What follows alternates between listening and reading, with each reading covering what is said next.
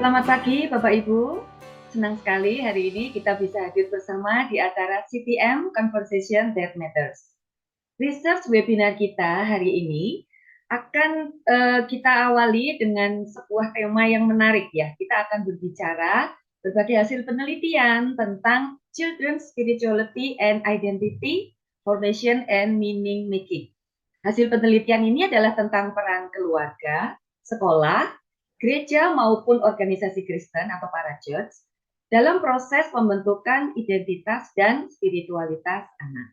Nah, saya percaya akan ada banyak hal penting serta insight yang akan kita peroleh hari ini dari paparan setiap narasumber. Saya akan memperkenalkan 3 orang presenter kita hari ini.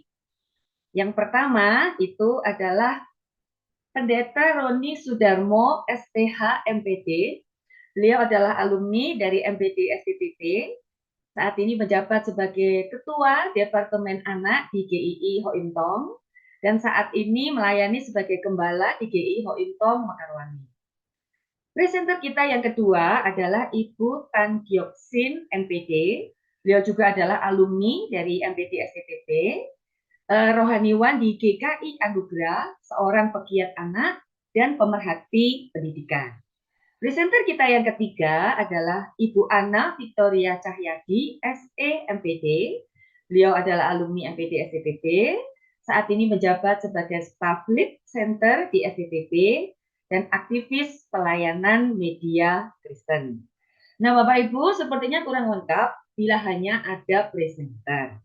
Untuk membuat riset webinar kita hari ini lebih interaktif dan lebih mendalam, tentunya kita butuh kehadiran seorang penanggap yang bukan hanya menguasai teori, namun juga terlibat di lapangan dalam topik yang akan kita bahas hari ini tentunya ya. Bersama dengan kita hari ini sudah hadir Bapak Dedi Sutendi Ginta, MDiv, MA. Nah, beliau ini adalah alumni STTP angkatan yang pertama nih ya, angkatan legendaris ini. Waktu itu masih ada Ibu Dorothy Max ya.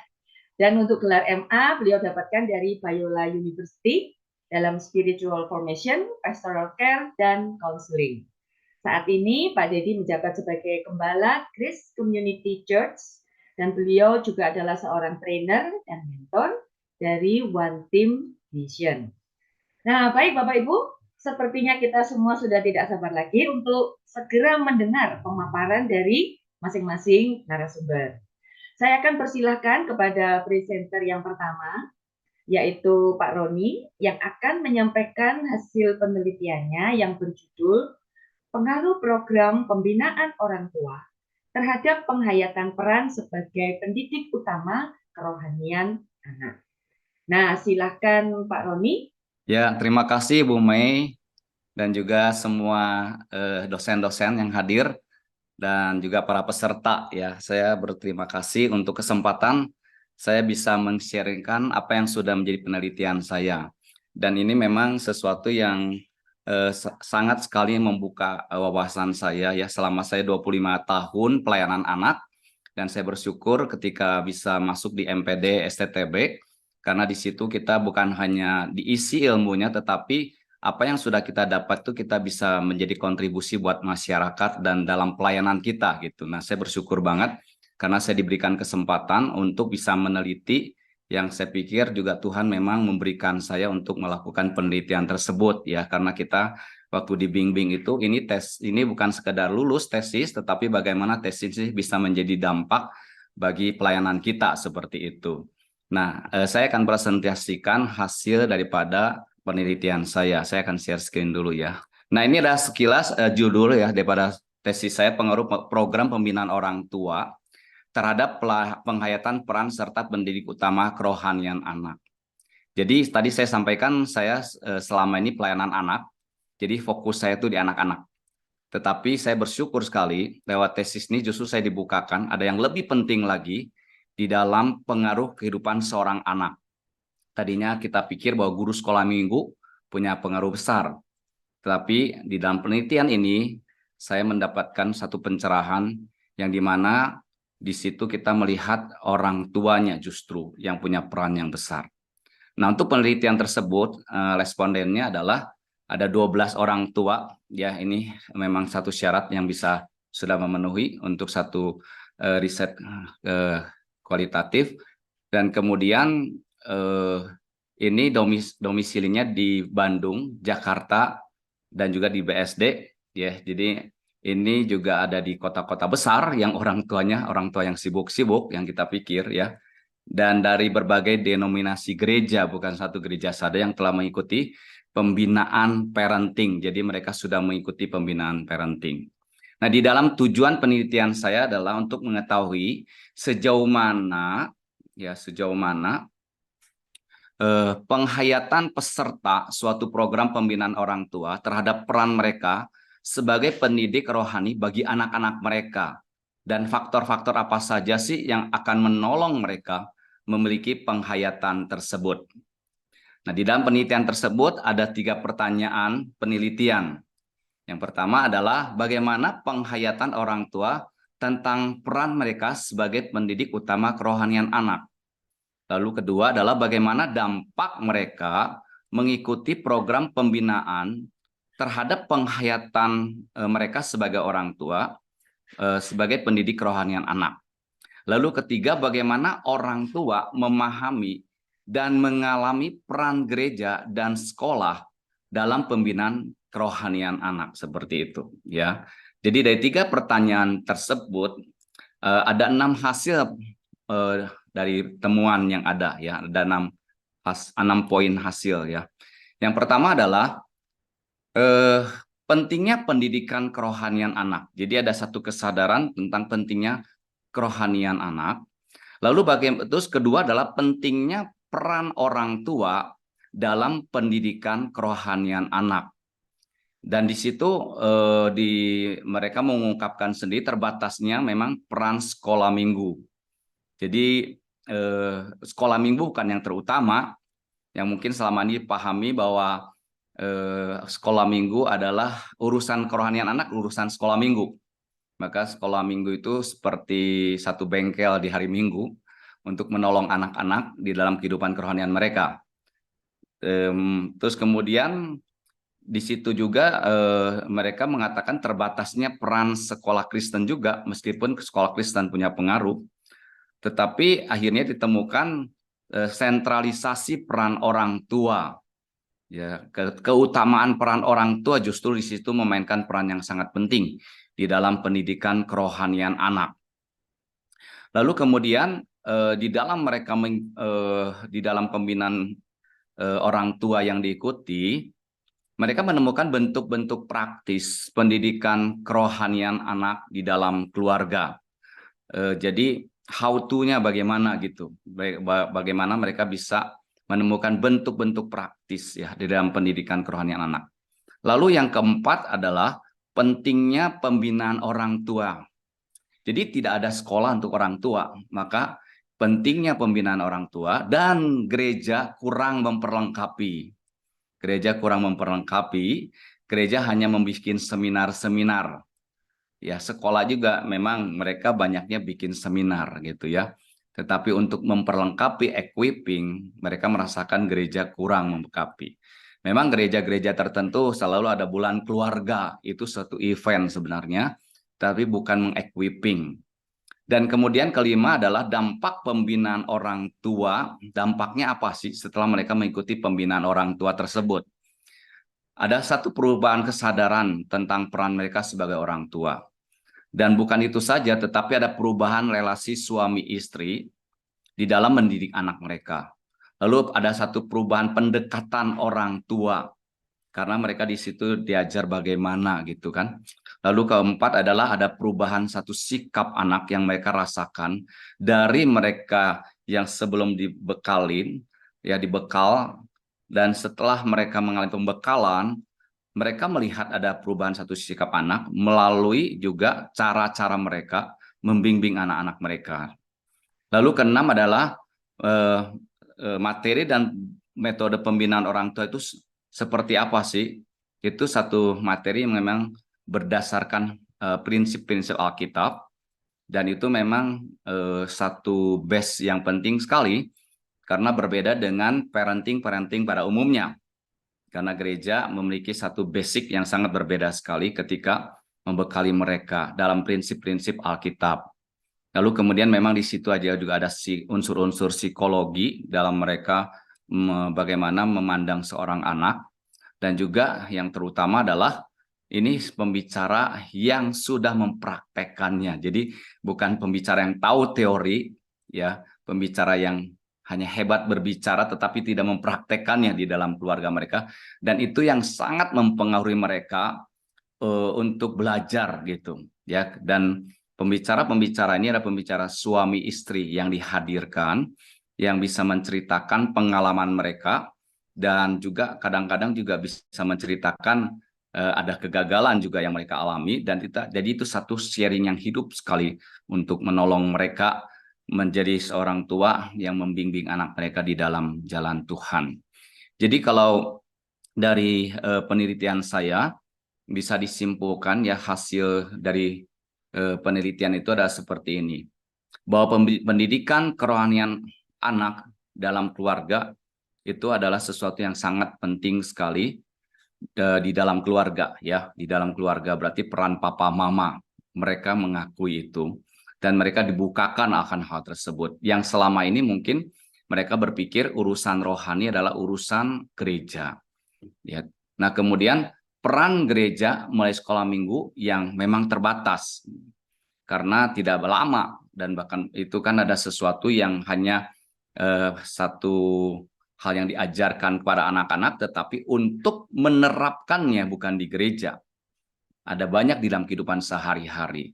Lalu kemudian peran sekolah Kristen yang juga meskipun punya waktu yang banyak tetapi juga terbatas, dan di situ juga seharusnya ada peran orang tua juga untuk masuk di dalam kerjasama dengan sekolah. Kemudian mereka juga dibukakan, ternyata itulah sentralisasi atau peran penting yang terutama adalah dari orang tua untuk kehidupan, membimbing kehidupan kerohanian anak. Lalu kemudian setelah mereka mengikuti pembinaan tersebut, bentuk-bentuk praktis yang mereka dapatkan adalah bentuk ibadah family altar, di situ ada doa malam bersama, terus interaksi sehari-hari berkomunikasi dengan anak. Di situ ada satu penanaman nilai dalam interaksi sehari-hari, lalu kemudian ada family time ketika mereka pergi bersama-sama, di situ juga mereka bisa mengajarkan anak mereka banyak hal, dan ada ketika mereka traveling, dan juga yang terutama adalah teladan daripada orang tua, dan ini berbicara suami istri, ya.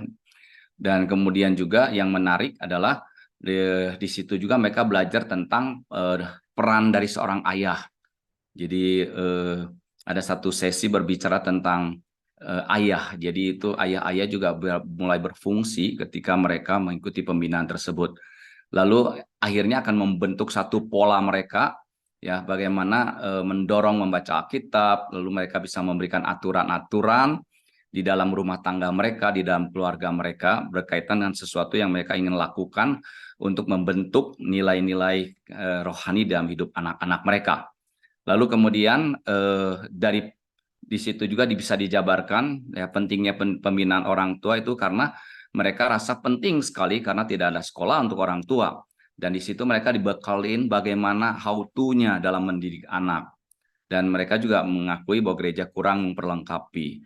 Tetapi setelah mereka diperlengkapi, itu dampak-dampak yang terjadi adalah ada perubahan kesadaran sebagai orang tua, panggilan sebagai orang tua itu apa, seorang papa mama itu seperti apa, dan juga bagaimana relasi suami istri, karena di dalam relasi suami istri ini itu sangat berpengaruh di dalam mereka mendidik anak-anak mereka, gitu ya. Dan di situ juga justru mereka belajar relasi suami istri itu adalah yang utama, ya, bukan menggantikan, anak tidak menggantikan relasi suami istri, justru suami istri menjadi utama untuk mereka menjalin relasi di dalam membimbing anak-anak mereka. Dan kemudian disitulah anak-anak bisa mencontoh, ya, tentang oh suami istri itu kayak begini, saling mengasihi di dalam Tuhan, dan juga mereka bisa mencontoh oh yang namanya papa mama di dalam Tuhan itu seperti ini mendidik kami.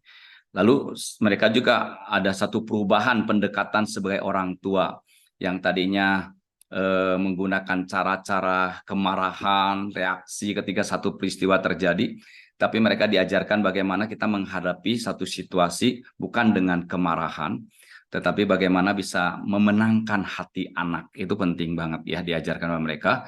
Dan dari semua yang mereka ikuti itu mereka mengalami satu perubahan sikap anak gitu. Mereka melihat itu satu perubahan sikap anak. Jadi banyak hal mereka belajar bahwa ketika anak-anak pergi ke sekolah minggu, sebenarnya peran siapa gitu yang membimbing anak itu tidak telat sekolah minggu, anak itu bisa mendengarkan cerita firman Tuhan dengan baik, dan peran siapa yang akan mendorong anak-anak mereka suatu saat untuk melayani. Itu banyaknya adalah dicontoh dari peran mereka. Dan saya juga bersyukur ya dari orang tua yang mengikuti ini. Ada satu kisah bahwa suatu hari ada anaknya pergi keluar kota dan sekolah di luar kota, tapi suatu saat anaknya itu pergi ke satu gereja dan mengatakan kepada pendeta tersebut, Pak Pendeta, saya ingin melayani gitu. Nah, Pak Pendeta itu kemudian kebetulan kenal dengan orang tua tersebut ya, yang sudah pernah ikut pembinaan ini, dan ditanya, kok itu anak bisa langsung ya mencari pelayanan. Dan orang tua itu mengatakan, itu adalah nilai keluarga kami.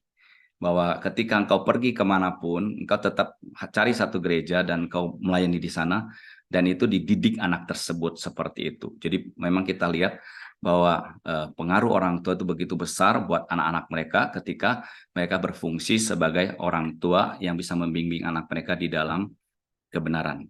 Lalu, mengenai materinya tadi, itu metode pembinaan orang tua itu memang dirasakan nih sangat alkitabiah ya, dan juga banyak diajarkan tentang psikologi anak dan sangat praktis aplikatif, dan sekali lagi yang menjadi satu contoh adalah para pembicara yang menjadi pembicara yang bisa menjadi berkat juga meskipun tidak sempurna tetapi belajar bersama-sama. Nah, kurang lebih seperti itu rekan-rekan di dalam penelitian saya, yang akhirnya juga sangat memperkuat untuk memikir bahwa gereja itu betul-betul harus memikirkan bahwa orang tua itu atau keluarga itu adalah unsur yang sangat penting sekali untuk dikerjakan. Dan lewat penelitian ini, tahun depan saya bersama rekan-rekan di Mekarwangi akan menjalankan satu kurikulum pemuridan keluarga. Bagaimana kami akan menolong orang tua dan suami istri, Pak Sutri, dan bagaimana menolong anak-anak dari anak-anak sekolah minggu, dan bagaimana ketika mereka ke remaja, bagaimana ke pemuda, dan bagaimana mereka akan terus bergulir, dan mereka bisa menjadi satu dampak ya bagi dunia ini. Seperti yang Pak Sutrisna sering katakan, bahwa bagaimana kehidupan kita itu bisa menjadi satu berkat bagi dunia yang gelap ini. Jadi itulah panggilan kita sebagai orang percaya. Terima kasih Bu Mei, Tuhan memberkati. Ya. Terima kasih Pak Roni untuk pemaparannya yang sangat menarik ini ya. Jadi Bapak Ibu sebagai orang tua, kita masih akan dilanjutkan ini ya studinya ya. Meskipun sudah pada lulus, tapi katanya Pak Roni kita juga masih harus terus disiapkan dan dididik ya untuk bagaimana boleh menjadi orang tua yang benar. Baik, kita akan lanjutkan untuk sekarang narasumber yang kedua ya. Presenter yang kedua, silakan Ibu Tan Gioksin. Penelitiannya berjudul Faktor-faktor yang mempengaruhi perkembangan spiritualitas anak usia 0 sampai 18 tahun. Terima kasih Bu Mei. Izinkan saya untuk share screen terlebih dahulu. Ya, tesis saya memang berjudul faktor-faktor yang mempengaruhi perkembangan spiritual anak hingga usia 18 tahun. Mengapa masalah ini menjadi salah satu concern? Karena saya lihat firman Tuhan menuliskan, didiklah orang muda menurut jalan yang patut baginya, maka pada masa tuanya pun ia tidak akan menyimpang daripada jalan itu. Amsal 22 ayat 6. Namun kenyataan ketika kita melihat yang namanya anak muda yang tadinya di gereja begitu aktif pelayanan, dari kecil kita bersama-sama melihat mereka tumbuh, ternyata di usia-usia tertentu mereka itu hilang dari gereja. Sebagian dari mereka sudah tidak datang lagi ke gereja atau bahkan sudah meninggalkan komunitas di gereja. Yang jadi pertanyaannya, siapa yang punya tanggung jawab untuk mendidik anak-anak ini? Dengan jelas, Firman Tuhan mengatakan di dalam Ulangan 6 ayat 4-9 yang dikenal dengan Shema Israel.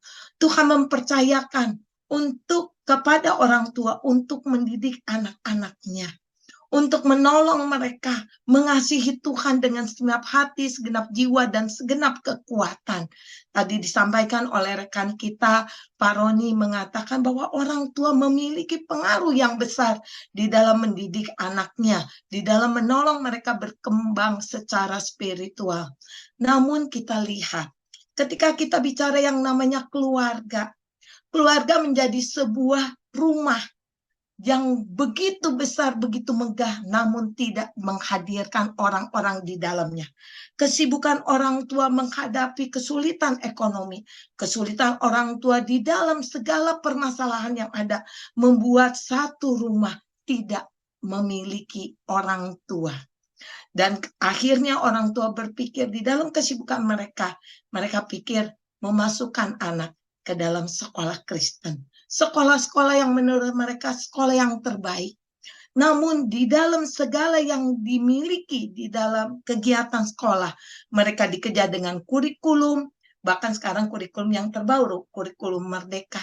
Mereka dikejar dengan begitu banyak target akademis yang membuat mereka juga melupakan seorang anak untuk dilihat secara holistik.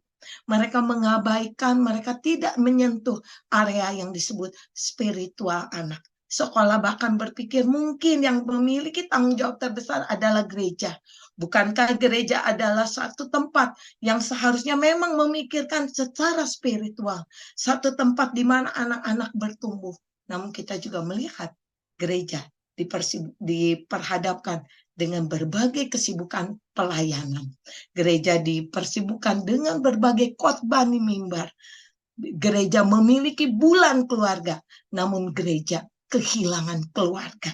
Anak-anak hilang di gereja. Mereka tidak cukup setia di gereja. Hal ini yang membuat saya menyadari untuk memikirkan. Keluarga memiliki peran yang penting dalam membentuk iman serta karakter anak sampai usia remaja. Kita setuju hal itu.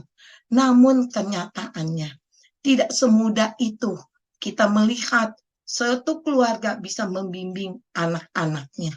Satu keluarga bisa menolong anak-anaknya untuk berkembang secara spiritual. Sehingga hal ini mendorong saya untuk melakukan sebuah penelitian. Metodenya dilakukan dengan pendekatan kualitatif, dengan sampelnya purpose sampling, yaitu orang-orang yang dipilih secara sengaja oleh saya untuk bisa menolong, membuktikan pemikiran saya, penelitian saya, siapa-siapa saja yang dianggap potensial, memberikan banyak informasi yang dibutuhkan sesuai dengan tujuan penelitian saya. Saya memilih 12 orang dengan usia kisaran 19-45 tahun, pernah bergereja di gereja X yang sedang diteliti, dan sudah menjadi dewasa awal atau sudah menjadi orang tua yang sudah memiliki anak-anak.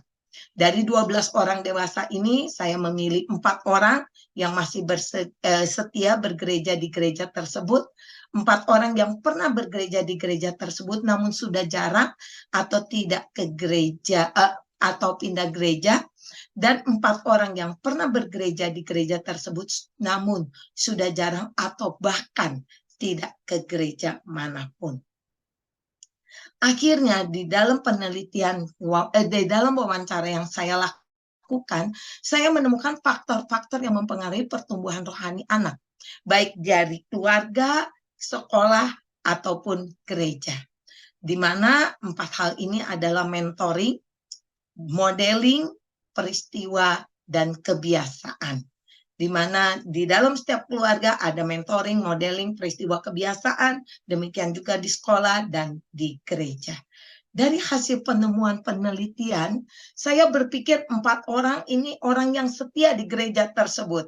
4 orang setia di gereja tapi sudah tidak melayani. 4 orang sudah meninggalkan komunitas, bahkan tidak ke gereja. Namun di dalam wawancara yang dilakukan, ternyata yang saya duga itu bisa kurang tepat. Ternyata orang yang saya pikir sudah meninggalkan gereja, sudah tidak bergereja, ternyata mereka ada di kelompok B, yaitu ada tetap di gereja, namun tidak melayani atau pindah gereja. Ada juga kelompok yang saya pikir itu di kelompok B. Oh, mereka adalah orang-orang yang sudah pindah gereja, di gereja orang lain tidak melayani. Ternyata mereka ada di kelompok A, yaitu orang-orang yang beriman Kristen dan masih aktif melayani di gereja X tersebut. Sehingga temuan penelitian ini membuat saya bisa mengkategorikan 3 kelompok. Kelompok A yaitu yang beriman Kristen dan aktif melayani di gereja X tersebut. Kelompok B beriman Kristen namun pasif atau tidak melayani di gereja. Dan kelompok C yang akhirnya meninggalkan iman Kristen.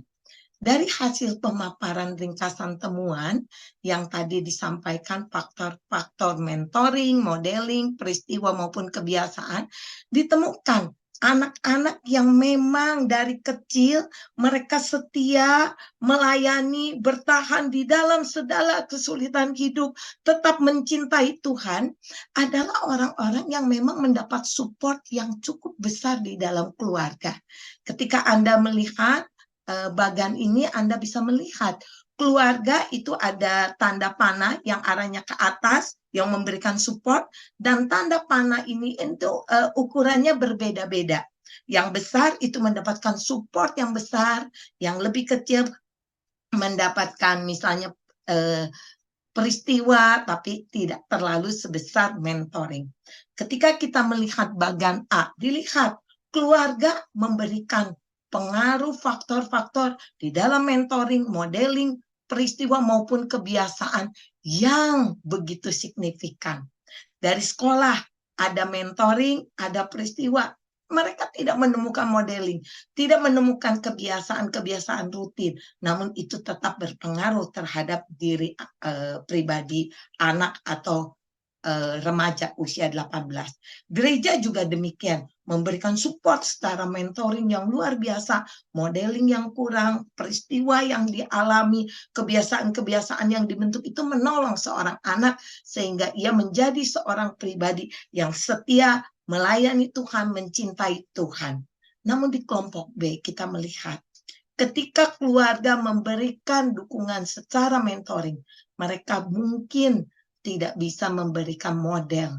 Peristiwa-peristiwa dalam keluarga menjadi sesuatu yang membuat spiritual anak justru terhenti atau mengalami gangguan. Kebiasaan-kebiasaan juga tidak terjadi. Namun, ternyata ketika sekolah bisa memberikan mentoringnya. Ketika gereja memiliki peran yang cukup besar di dalam pribadi seorang anak, ternyata anak ini cukup bertahan untuk tetap setia. Walaupun dia tidak melayani, tidak cukup aktif untuk terlibat di dalam membangun kerajaan Tuhan.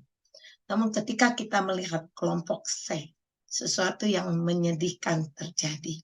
Keluarga memberikan mentor dengan kebiasaan-kebiasaan, mungkin membaca firman bersama, berdoa bersama, tetapi mereka mengalami model yang begitu buruk di dalam keluarga. Peristiwa-peristiwa yang begitu menekan kehidupan mereka yang menyebabkan mereka tidak mendapatkan bimbingan.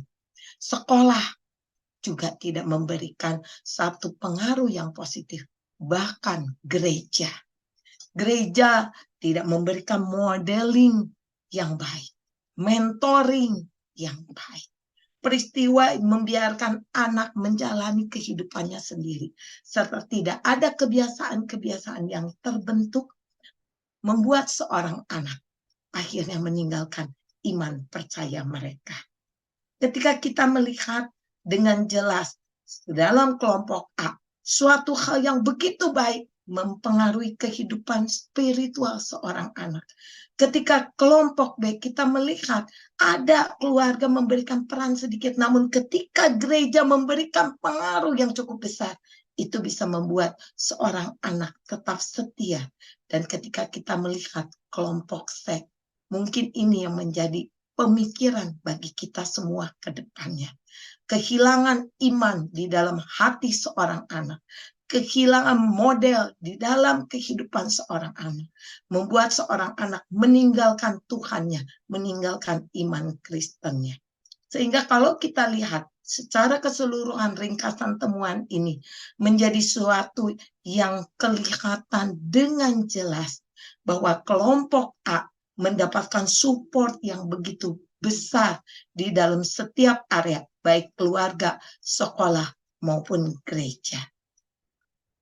Sekarang di dalam implikasi penelitian ini, kita bisa melihat keluarga memiliki tugas dan tanggung jawab untuk membina kerohanian seorang anak. Untuk itu perlu kesadaran para keluarga dan orang tua akan situasi yang terjadi. Bukan menyerahkan kepada sekolah, bukan menyerahkan kepada gereja, tetapi mau diperlengkapi untuk melakukan tugas pembinaan kerohanian di dalam keluarganya sendiri. Melalui mentoring, modeling, kebiasaan, atau bahkan pemaknaan peristiwa kehidupan secara positif. Salah satu saya punya anak yang diwawancara yang sudah jadi dewasa. Dia mengatakan orang tuanya mengalami peristiwa yang begitu pahit.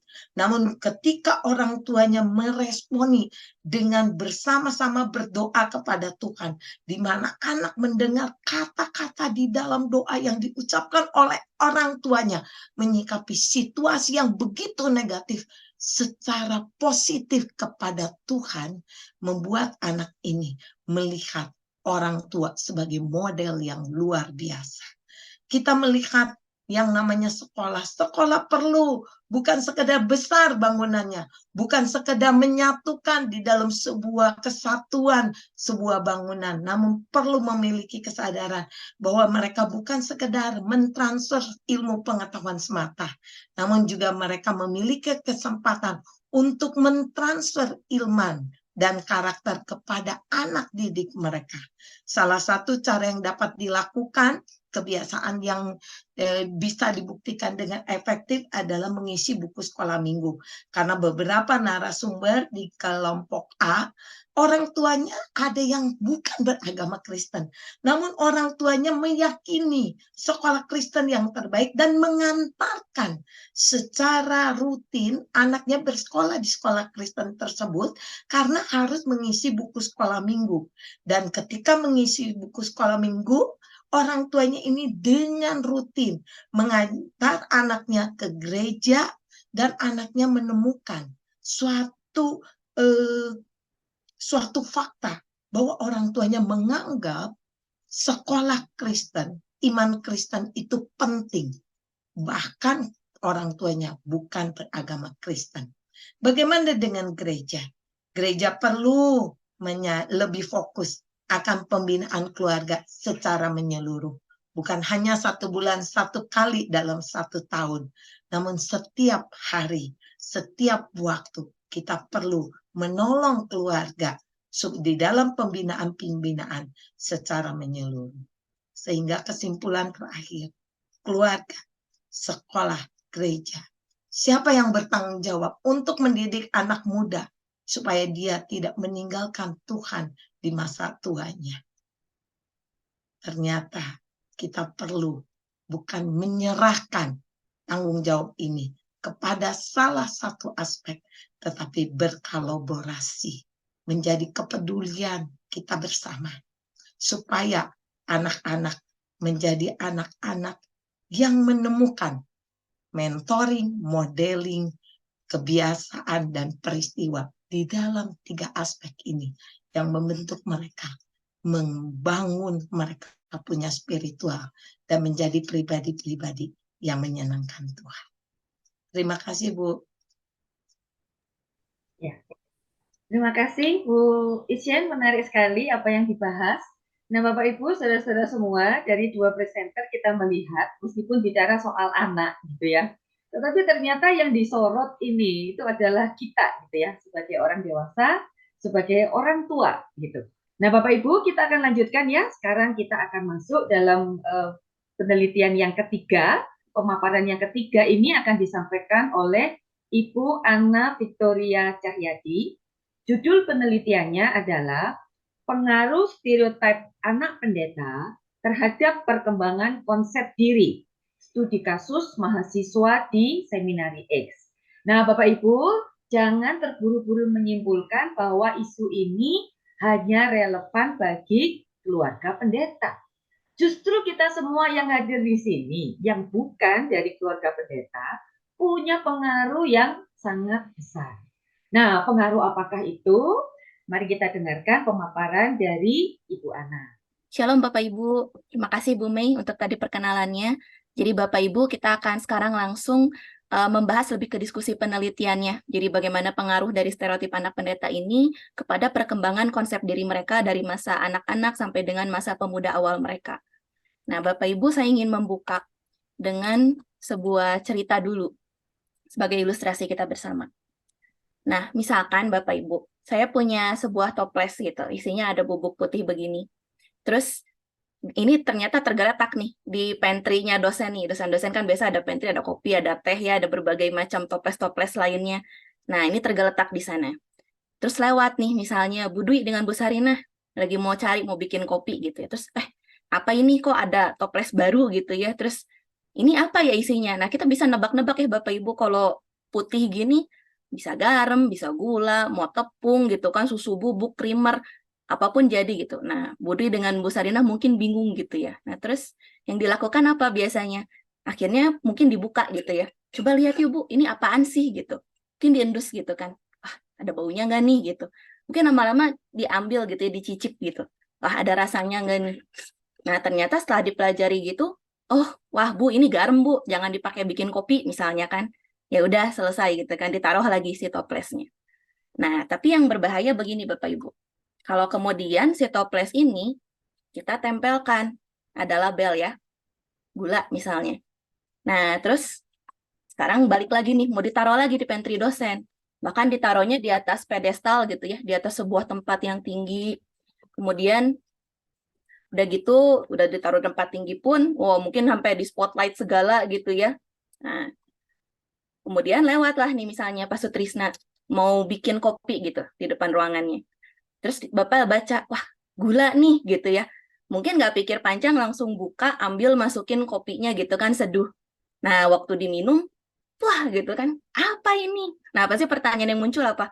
Gula macam apa ini gitu kan? Jangan gulanya tengik gitu, jangan gulanya murahan gitu, gulanya palsu atau gimana? Kok bisa sampai gulanya nggak bener manis gitu kan? Nah mungkin pertanyaan berikutnya lagi yang muncul, siapa nih yang beli gulanya? Siapa yang naruh di sini gitu kan? Nah, ini berbahayanya gitu ya Bapak Ibu sebuah label.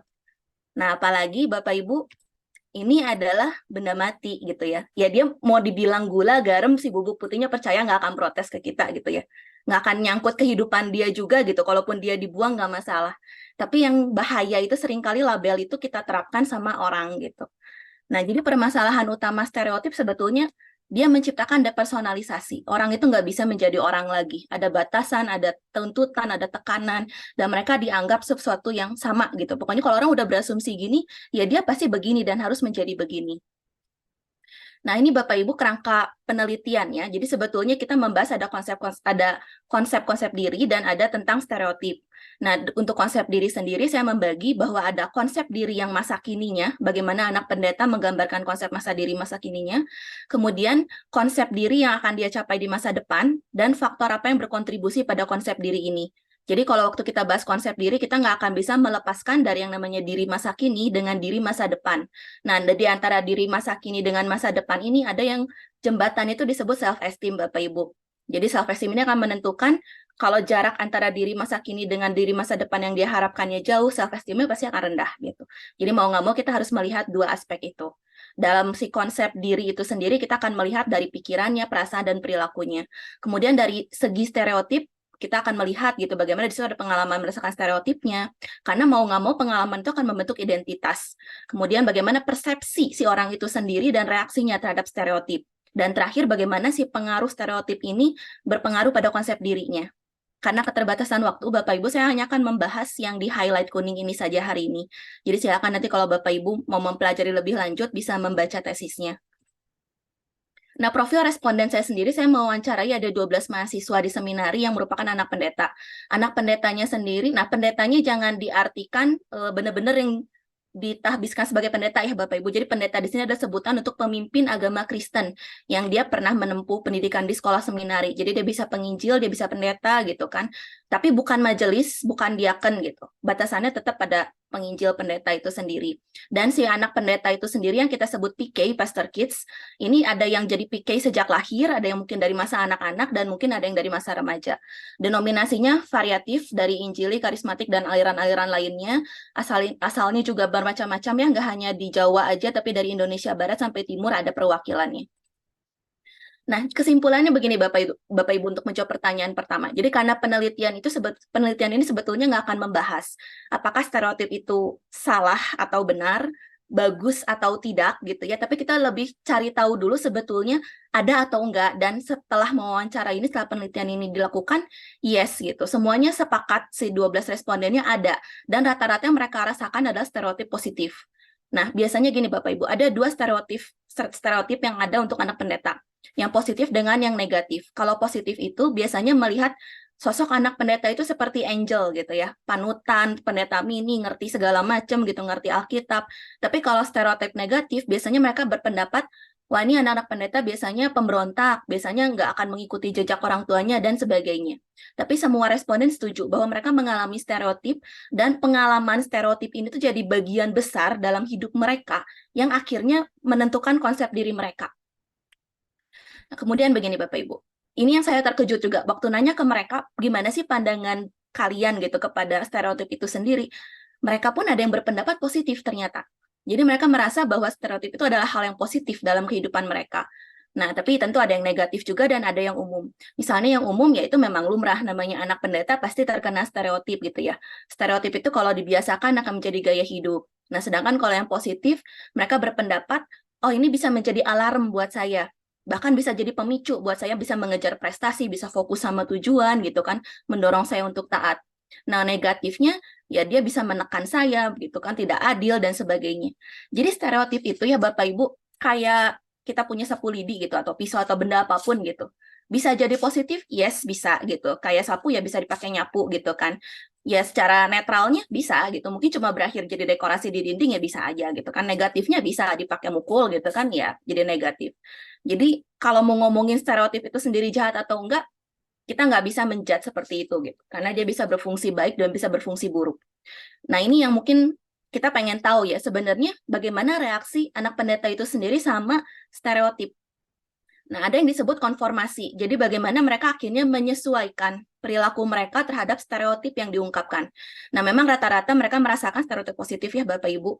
Nah, ada yang melakukan sekitar 5 responden ini menyesuaikan, namanya penyesuaian adjustment. Jadi dia hanya menyesuaikan perilakunya saja di depan publik. Dan ini biasanya berlakunya jangka pendek. Jadi mereka akan kepercayaannya tetap, nggak akan berubah. Hanya perilakunya saja diubah dan itu pun jangka pendek. Ada lagi sebagian, 5 lagi itu dia mengidentifikasi. Artinya dalam jangka pendek dan perilaku mereka di depan publik itu dan termasuk pemikirannya dia ubah untuk menyesuaikan dengan stereotipnya. Tapi ada 2 lagi ini yang mengejutkan gitu buat saya sampai diinternalisasi. Artinya mau ada orang ngeliat, mau ada orang gak ngeliat, pikiran sama perilaku dia sudah dia sesuaikan dengan stereotip itu. Jadi ini sampai ada ceritanya, ya dia ditegur gitu oleh guru PPKN-nya gitu, nilainya jelek, dia sampai langsung merasa berdosa sekali gitu. Aduh, kayaknya saya anak pendeta, kenapa ya kok nilai moral saya jelek, saya tidak bisa begini begitu gitu. Itu sampai diinternalisasi. Nah, ancamannya apa Bapak Ibu? Jadi stereotip itu sebetulnya tentu ada pengaruhnya dengan konsep diri, sudah dibuktikan gitu. Ancamannya apa? Dia bisa menimbulkan dalam hal harga diri, ada yang rendah, ada yang tinggi. Memang ini kayak kontradiktif ya Bapak Ibu, tapi memang rata-rata mereka membuat self-esteem itu jadi rendah. Yang tinggi itu gimana? Nah, termasuk orang-orang yang memandang stereotip itu jadi suatu hal yang positif. Akhirnya jadi menimbulkan kepercayaan diri mereka juga gitu, bahwa ya saya orang yang unggul gitu kan. Atau kenapa ada orang-orang yang berpikiran punya harga diri tinggi? Karena mereka mencoba menutupi misalnya. Jadi kognitifnya itu keluar, defense mekanismenya, karena dipaksa seperti itu akhirnya dia mulai meninggikan rasa percaya dirinya. Termasuk mungkin untuk mereka yang akhirnya jadi terkena narsisme, akhirnya tinggi gitu rasa percaya dirinya. Nah, kewaspadaan sudah pasti. Akhirnya mereka jadi takut, mengharapkan penolakan, apa-apa udah curiga gitu kan. Secara psikologis, nah ini pada tertutup, menarik diri, sekretif gitu, agresif, defensif, mereka keras. tapi ada positifnya juga. Mereka jadi orang-orang yang gigih, tahan gitu, mau dibanting kayak apa juga tahan gitu, punya pendirian yang kuat juga, mereka punya daya juang. Secara emosional sudah pasti. Sebenarnya ancaman stereotip kalau mau diurutin, paling tinggi itu lebih kepada tingkat emosional. Nah, mereka malu, mereka sedih, ada rasa bersalah, bahkan udah berhasil pun tetap merasa nggak berguna gitu kan. Ada narsisme gitu, merasa bangga banget sama dirinya, sombong gitu. Sulit percaya orang lain. Secara kognitif, positifnya mereka menimbulkan ada empati dan kesadaran diri. Juga ada perencanaan yang lebih baik untuk hidup mereka. Terus ada kehilangan perspektif juga, kehilangan arah tindakan, berpikirnya abstrak, terus merasa hidupnya sia-sia. Secara pengendalian diri mereka itu perhatian, fokus, mereka tapi mereka juga jadi impulsif gitu secara fisik dan mental. Nah, faktor yang berpengaruh, kenapa sih stereotip bisa berpengaruh sama konsep diri Bapak Ibu? Ini bisa kita bagi dalam 4 kategori, yaitu kesadaran stigmanya, jadi sadar nggak sih sama si stigmanya, terus seberapa sering si stigma itu akan diekspos ke mereka, kemudian identifikasi mereka terhadap kelompok PK itu sendiri, dan keyakinan mereka, worldview mereka, iman mereka, konsep diri mereka sendiri, kemudian dukungan sosial dan budaya. Ya, Bapak Ibu bisa melihat contohnya di sini, kalau yang memicu dampak, kalau misalnya dia diterapkan stereotipnya sama orang yang penting buat mereka, nah itu jadi ambil personal gitu, apalagi diperkenalkan terus-menerus. Dan yang tidak memicu dampak, misalnya ada sifat mereka yang masa bodoh, bertambahnya pemahaman, dan seterusnya di sini. Silakan nanti Bapak Ibu bisa tanyakan juga. Jadi permasalahan utamanya Bapak Ibu dalam membentuk konsep diri, stereotip itu menghancurkan ruang individu gitu, seperti mencekik dengan berbagai batasan dan tekanan. Sedangkan dalam membentuk identitas, kuncinya itu kita perlu rasa aman dan berkembang, di mana seperti tanaman gitu ya yang ada di dalam pot, ya dia harus punya ruang gitu untuk menumbuhkan akar-akarnya kan. Nah sama, jadi si anak-anak tuh harus dipenuhi kebutuhannya, diterima, dan mereka juga punya ruang untuk mengekspresikan dirinya. Nah, ini faktor lain selain stereotip Bapak Ibu yang juga berdampak untuk membentuk si konsep diri anak pendeta. Ini berdasarkan hasil penelitian ini. Misalnya dalam keluarga ada keteladanan, ada kasih, ada keterbukaan, bimbingan, gitu, ada peran saudara. Dari iman, misalnya mereka sudah lahir baru, mereka sudah mengenal jati dirinya, ada pendidikan iman dari orang tua, dan seterusnya di bagian pergaulan dan bagian jemaat.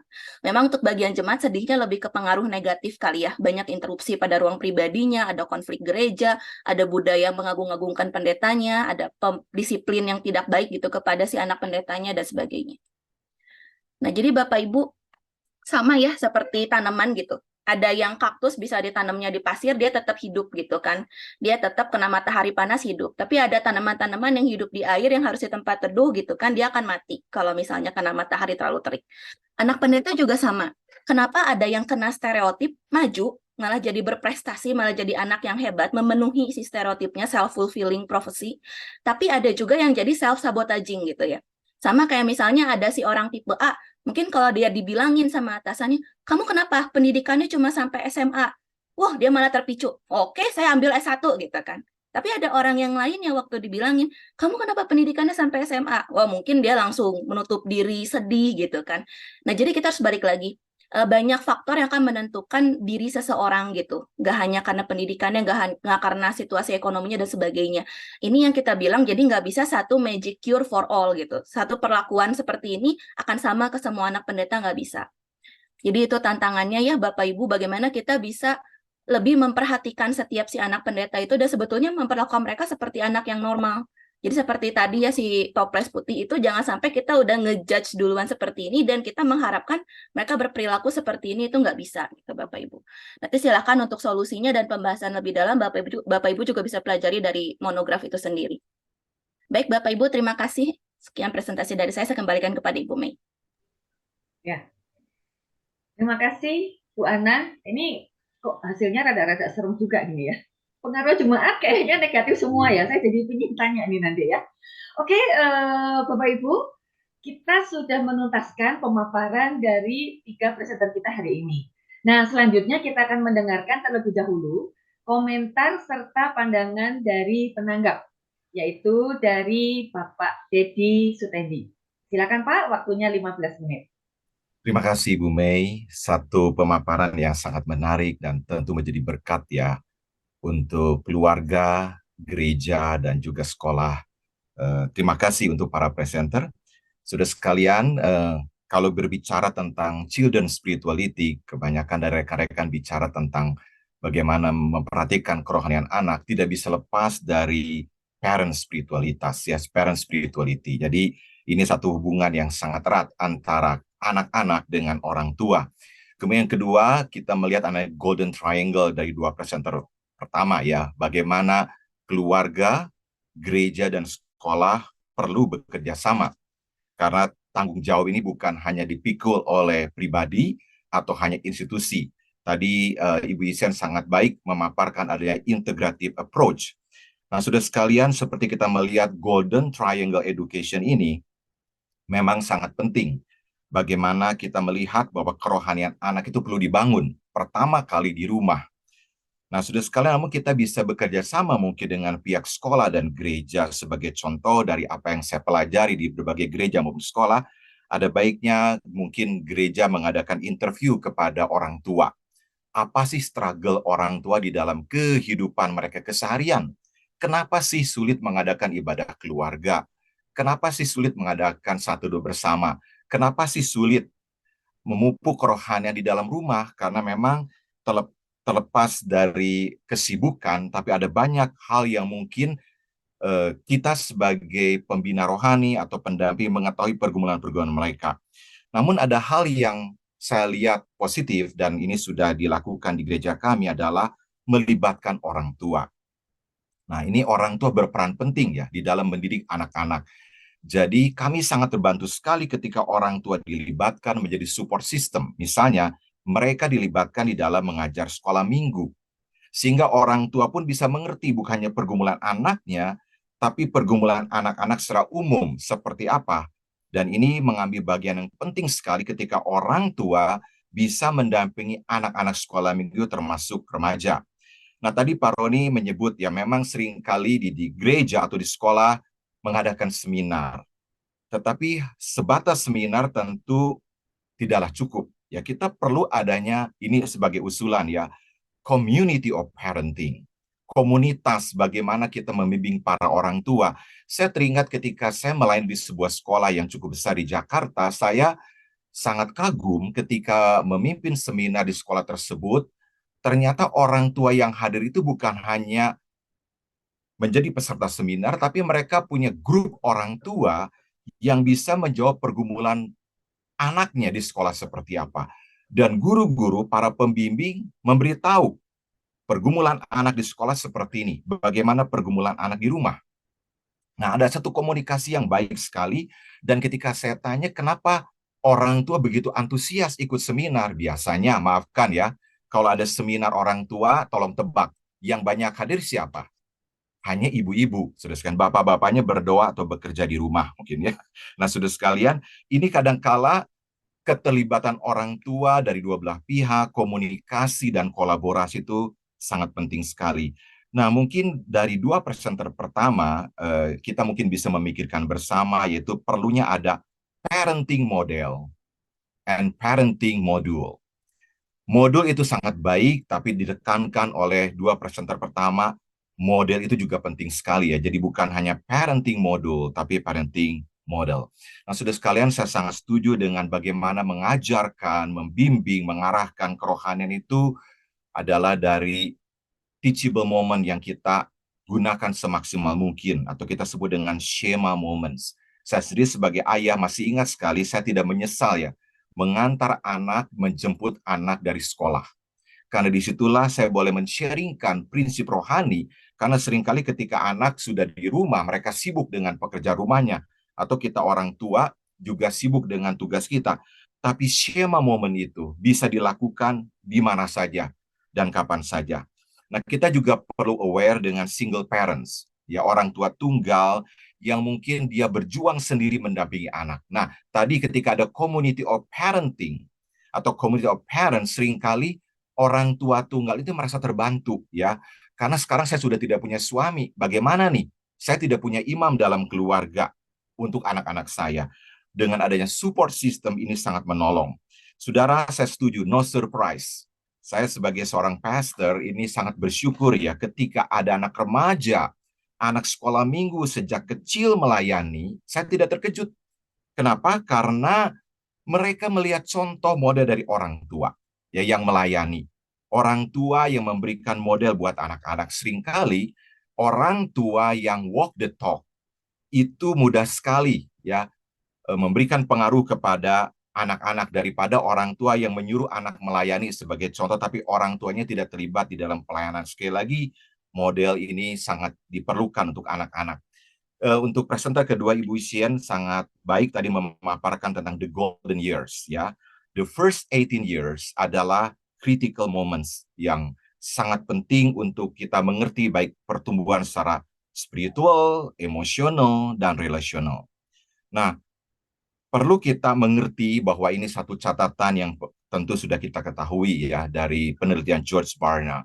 Memang usia 15-18 itu justru memang lebih kritikal lagi karena adanya disebut momen di mana anak-anak bisa meninggalkan Tuhan. Kalau mereka mengalami kekecewaan dengan Tuhan atau gereja. Nah, itu yang disebut dengan the lost generation. Nah, saudara sekalian, ketika kita menyadari bahwa peran keluarga penting, peran gereja penting, dan peran sekolah penting. Ya, saat ini tentu di sekolah sedang digalakan kurikulum merdeka. Tapi mungkin perlu dipikirkan adanya kurikulum integratif untuk sekolah-sekolah Kristen khususnya. Saya pada hari Minggu setelah berkhotbah, biasanya diminta oleh beberapa anak yang ikut hadir dengan orang tua di ibadah umum untuk menandatangan. Ya, kadang-kadang saya terkejut. Ya, tidak ada catatan sama sekali dari buku laporan itu. Saya disuruh tanda tangan. Ini satu momen buat saya bertanya. Saya bilang, tadi kamu dengar khotbah tentang apa? Ya, karena pastor nggak mau tanda tangan kalau kamu sendiri nggak tahu apa yang pastor khotbahkan. Nah, saudara, kadang-kadang mungkin sekolah pun tidak hanya puas melihat tanda tangan si anak. Orang tua tidak hanya puas mengantar anak-anaknya ke gereja untuk dapat tanda tangan, ya, ataupun gereja hanya menandatangan lewat para pengkhotbah atau guru, tapi perlu ada discussion. Apakah kehadiran anak-anak di gereja ini atau di sekolah minggu membawa pengaruh? Saya sangat surprise di satu sekolah di satu kota yang saya dengar 80% muridnya dari agama tertentu.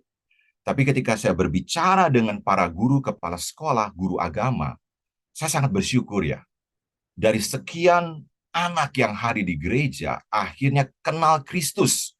Karena di sekolah Kristen, karena di gereja mereka ibadah. Dan ketika ditanya lagi kepada orang tua, kenapa Bapak Ibu mau menyekolahkan anak di sekolah Kristen? Padahal Bapak bukan Kristen, Ibu bukan Kristen. Kenapa mengantarkan anak-anak ke gereja? Jawabannya sungguh encouraging dari para orang tua. Karena anak-anak saya berubah perilakunya. Wow, that's good news ya. Bagaimana sekolah dan gereja mentransformasi anak-anak yang notabene dari keluarga non-Kristen. Nah, sudah sekalian, saya mengapresiasi dari teman-teman presenter yang sudah memaparkan dengan baik. Hanya ada satu pertanyaan dari saya, kenapa dari 3 presenter respondennya 12? Lalu saya menjawab sendiri, karena mungkin STTB melakukan biblical research dan approach. Seperti murid Yesus cukup 12 aja ya. Nah, saudara, kalau boleh usul mungkin dengan banyaknya responden, kita akan mendapatkan masukan yang lebih objektif. Nah, saudara, mungkin tadi Ibu Sien memaparkan dengan baik dari proses yang mungkin bisa kita mengerti di dalam perjalanan dari seorang anak atau sampai remaja, yaitu bagaimana kita perlu melakukan mentoring, modeling. Nah, mungkin saya hanya sedikit mengubah supaya menjadi 4M dan mudah diingat ya. Tadi Ibu Sien memaparkan adanya mungkin habit, kebiasaan, dan saya mungkin memberikan masukan bagaimana ini menjadi meaningful habit. Kemudian adanya peristiwa-peristiwa yang berpengaruh dan mungkin bisa kita masukkan sebagai milestone. Ya, di sana ada mentoring, ada modeling, ada milestone, ada meaningful habits. Nah, saya pikir memang fase-fase ini sangat penting di dalam perkembangan anak maupun remaja di dalam perjalanan rohani mereka. Nah, saya mendapatkan satu kenyataan, apalagi di dalam masa pandemi ya. Ternyata menarik sekali ya, anak-anak itu berjalan di dalam pergumulan rohaninya dan mereka menemukan Tuhan bukan hanya lewat pengajaran orang tua atau pengajaran guru sekolah minggu, justru ketika mereka menghadapi krisis. Nah, ini apalagi anak-anak remaja ya. Ketika ditanya bahwa mereka itu menemukan Tuhan, mereka lebih sungguh-sungguh mengerti tentang spiritualitas ketika mereka mengalami krisis. Di mana misalnya ya, anak-anak mendoakan papanya yang di PHK. Ya, mendoakan mamahnya yang kesulitan secara ekonomi, biasa jualan di pasar, sekarang tidak ada penghasilan karena misalnya pasar ditutup dan sebagainya. Kemudian anak-anak dilibatkan berdoa bersama dengan orang tua, dan mereka merasa ya Tuhan itu menjawab pergumulan mereka melewati krisis.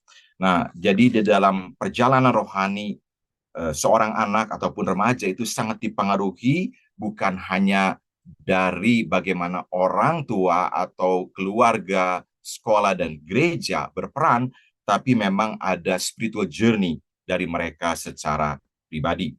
Terima kasih untuk presenter yang sudah membawakan presentasi dengan baik, dan saya juga bersyukur untuk Saudari Ana yang juga memaparkan hal yang sangat relevan khususnya untuk kehidupan saya pribadi sebagai hamba Tuhan, karena saya dan istri adalah seorang hamba Tuhan juga ya. Memang anak saya pernah berkata seperti ini, Papa Mama, menjadi seorang anak hamba Tuhan itu tidak mudah. Kami hidup seperti di sebuah akuarium. Orang melihat, orang menyorot. Nah, ada dua hal yang tadi disebut oleh Saudari Ana betul sekali ya, karena anak seringkali sebagai anak hamba Tuhan atau pastor kid bergumul dengan identity, who am I? Why we are different? Why I'm different ya? Nah, sudah sekalian seringkali judgment, penghakiman dari komunitas Kristen itu lebih harsh ya, lebih keras dibanding komunitas dari sekolahnya, di mana anak-anak saya memang bersekolah saat ini di Amerika ya. Jadi anak-anaknya di sekolah itu tidak pernah mempersoalkan siapa kamu, begitu. Justru yang paling berat itu di gereja, judgment itu justru datang dari komunitas Kristen. Nah, sudah sekalian seringkali memang sebagai orang tua ya, karena jadi seringkali ini menjadi pertanyaan yang sebetulnya siapa yang takut dinilai ya? Mereka yang takut dinilai atau saya sebagai orang tua yang takut dinilai? Nah, ini juga menyangkut identity orang tua. Makanya sudah sekalian mungkin anak saya sudah bosen ya. Tiap minggu saya udah berpesan behave ya di gereja. Apalagi waktu anak saya masih kecil ya. Anak saya tuh aktif dua-duanya ya. Mereka punya moto, kalau ada jalan yang sulit, kenapa cari yang mudah ya. Nah, seringkali behave di gereja ya, be good ya. Coba kamu perhatikan cara kamu berpakaian ya. Nanti jangan-jangan kamu menjadi batu sandungan buat anak lain dan sebagainya. Nah, sudah sekalian, ketika saya sebagai orang tua merenungkan, ya, saya dan istri memikirkan sebetulnya sehat nggak ya? Bagaimana perilaku anak-anak kita dipengaruhi karena rasa takut oleh penilaian dari orang lain. Nah, sudah sekalian, mungkin ini satu PR buat kita sebagai orang tua ya. Akhirnya kita hanya mengatakan pada anak-anak kita, be who you are, but not as dad and mom wants you to be ya. Be who you are as God wants you to be ya. Jadilah seperti apa adanya kamu, tapi seperti yang Tuhan inginkan, bukan seperti yang papa mama inginkan. Kadang-kadang harapan orang tua terlalu tinggi, atau harapan orang tua karena takut dinilai oleh mungkin jemaat yang menimbulkan hal yang tidak sehat buat anak-anak kita. Nah, sudah sekarang saya sangat bersyukur dengan anak-anak kami bergereja, di mana bergereja di tengah jemaat yang juga beberapa orang tuanya adalah hamba Tuhan. Jadi putra-putri kami ikut small group dan dibimbing oleh seorang mentor yang lebih tua usianya, di mana mentor ini adalah anak hamba Tuhan. Jadi ikut small group, Bible study, dan pendeta senior kami adalah seorang konselor yang juga dulunya adalah dosen kami. Nah, jadi kami sangat bersyukur karena dengan belajar dari komunitas ya. Jadi mungkin ini hal yang kita bisa diskusikan bersama ya. Penting sekali saya memberikan usulan 3C ya, yaitu bagaimana untuk pastor kids itu punya community, punya komunitas pastor kids ya. Mungkin di dalamnya adalah orang tua pastor itu sendiri. Saya sering kali bertanya waktu anak saya remaja dalam masa sulit ya, saya bertanya pada pendeta senior saya, how to deal with difficult teenagers. Bagaimana berhadapan dengan anak-anak remaja yang sudah mulai sulit dalam berkomunikasi. Jadi bagi saya community of pastor itu penting. Yang kedua, mungkin ada counseling of pastor kid. Karena kadang-kadang mungkin walaupun kita seorang pastor atau pendeta, kita bisa mendampingi anak orang lain. Tapi nggak mudah loh ketika anak itu justru sedang ada konflik dengan orang tuanya. Siapa yang menolong? Dan kita tidak usah malu ya, sebagai seorang pastor, saya tidak malu mengatakan saya sedang ada masalah dengan putra saya. Saya minta mentor dari putra saya yang adalah seorang pastor untuk berbicara dengan putra saya, dan saya juga tidak malu kalau pastor ini berbicara dengan saya, ya, karena itu lebih baik dan itu bisa menolong kami di dalam menghadapi masalah begitu. Dan yang berikutnya adalah companion of pastor kid, ya. Jadi tidak selalu mungkin ada dalam satu pertemuan dalam bentuk small group, tapi penting sekali dan putra putri kami sangat terbantu ya ketika dia punya kakak rohani di dalam perjalanannya sebagai seorang pastor kid. Karena dari sana temannya itu bisa bercerita pergumulannya ataupun hal-hal yang dia alami di masa lalu sebagai seorang anak hamba Tuhan. Tadi Saudari Ana menyebut satu istilah yang menarik ya. Seringkali anak-anak pastor kid mengalami sabotaging ya, atau sabotase dari diri sendiri ataupun dari lingkungan. Nah, disinilah penting sekali adanya support system. Nah, yang diciptakan oleh siapa? Oleh komunitas orang Kristen, anak-anak Tuhan. Saudara, saya berani bicara di gereja lain karena itu tidak menyangkut kepentingan diri saya. Waktu saya khotbah di depan jemaat, saya berani mengatakan kepada jemaat, be gracious to your pastor and be gracious to your pastor kids when they are broken. Ketika mereka gagal menjadi seorang anak hamba Tuhan yang seperti anak-anak lainnya karena mungkin ada tekanan, intimidasi, pencarian identitas, dan tekanan pelayanan. Saya bisa bayangkan anak-anak teman saya, saudara sekalian, dalam kurun waktu 10 tahun bisa pindah tempat 5 tempat. Dan itu menimbulkan stres sendiri. Putra kami, putri kami, itu minimal pernah pindah-pindah mungkin lebih dari 5-6 tempat pelayanan karena ada alasan studi, alasan kami harus pelayanan sambil studi, dan pindah gereja, pindah negara, dan pindah pelayanan di sebuah lembaga itu bukan hanya menimbulkan penyesuaian yang berat buat orang tua, tapi juga untuk anak-anak ini yang seringkali kita tidak aware ya. Maafkan sebagai pihak gereja ataupun lembaga, hanya memikirkan kamu dimutasi ke kota ini, kamu pindah ke lokasi ini atau pindah ke tempat lain. Tapi pernah nggak ada yang mengkonseling anak-anak yang harus mengikuti orang tuanya dimutasi tapi tanpa ada yang mendampingi? Saya tutup dengan kisah yang sangat miris dan menyedihkan. Saya dengan tim konselor waktu itu memimpin retret para hamba Tuhan di Sumatera. Di dalam momen dedication, ada banyak hamba Tuhan menangis. Menangis bukan untuk dirinya, menangis untuk anak-anaknya, harus pindah sekolah.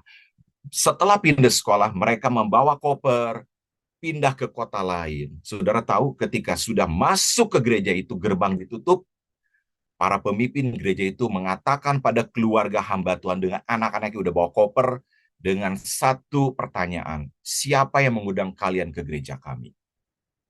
Kami tidak mengundang kalian. Wow, ternyata mutasi itu hanya diputuskan sepihak oleh para pemimpin. Tetapi keluarga ini ditolak di gereja di mana dia pikir akan diterima. Dan itu membawa tekanan yang berat untuk anak-anak dari keluarga ini. Rekan-rekan, berbagai penelitian dari 3 presenter ini sangat-sangat penting. Dan ini sudah menjadi berkat untuk kita semua.